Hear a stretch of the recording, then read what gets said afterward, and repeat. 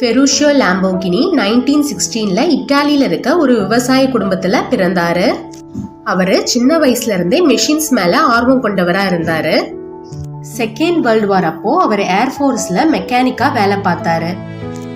வார் முடிஞ்ச பிறகு இத்தாலியில விவசாயத்திற்கு உதவும் வகையில பழைய ராணுவ வாகனங்களை பயன்படுத்தி டிராக்டர்களை தயாரிக்க தொடங்கினாரு. அவருடைய லாம்போகினி டிராக்டோரி கம்பெனி சூப்பர் ஹிட் ஆயிடுச்சு. ஆனா அவருடைய உண்மையான ஆர்வம் கார்கள் மேல இருந்தது. 1950ஸ்ல அவர் ஆல்ரெடி ஒரு சக்சஸ்ஃபுல் பிசினஸ் மேனா இருந்த போதும் அவருக்கு ஃபெராரி காரோட குவாலிட்டி, சர்வீஸ் எல்லாத்துலயுமே ஒரு அதிருப்தி இருந்தது. ஒரு தடவை ஃபெராரியோட ஓனர் என்சோ ஃபெராரி கிட்ட இதை அவர் சொன்னாரு.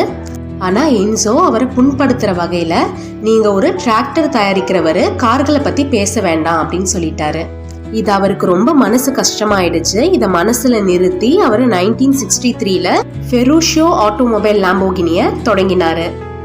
அவருடைய முதல் கார் லாம்போகினி 350 GT 1964ல லான்ச் ஆகி உலகத்தையே சர்ப்ரைஸ் பண்ணிடுச்சு.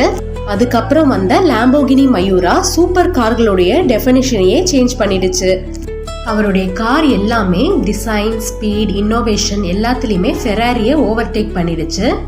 ஃபெருஷியோட வெற்றி அவருடைய உறுதியையும் தோல்வியை ஏற்காத மனப்பான்மையையும் காட்டுது. 1970ஸ்ல ஃபினான்ஷியல் ப்ராப்ளம்னால அவர் அவருடைய நிறுவனத்தை விற்றாலும் லாம்போகினி பிராண்ட் இன்றும் உலகின் மிக சிறந்த சூப்பர் கார் பிராண்ட்கள்ல ஒன்றா திகழுது. ஃபெருஷியோட இன்ஸ்பைரிங் ஸ்டோரி ஒரு சாதாரண மனிதருடைய கனவு, உழைப்பு மற்றும் தைரியம் எப்படி உலகத்தையே மாத்தும் என்பதற்கு ஒரு எக்ஸாம்பிள்.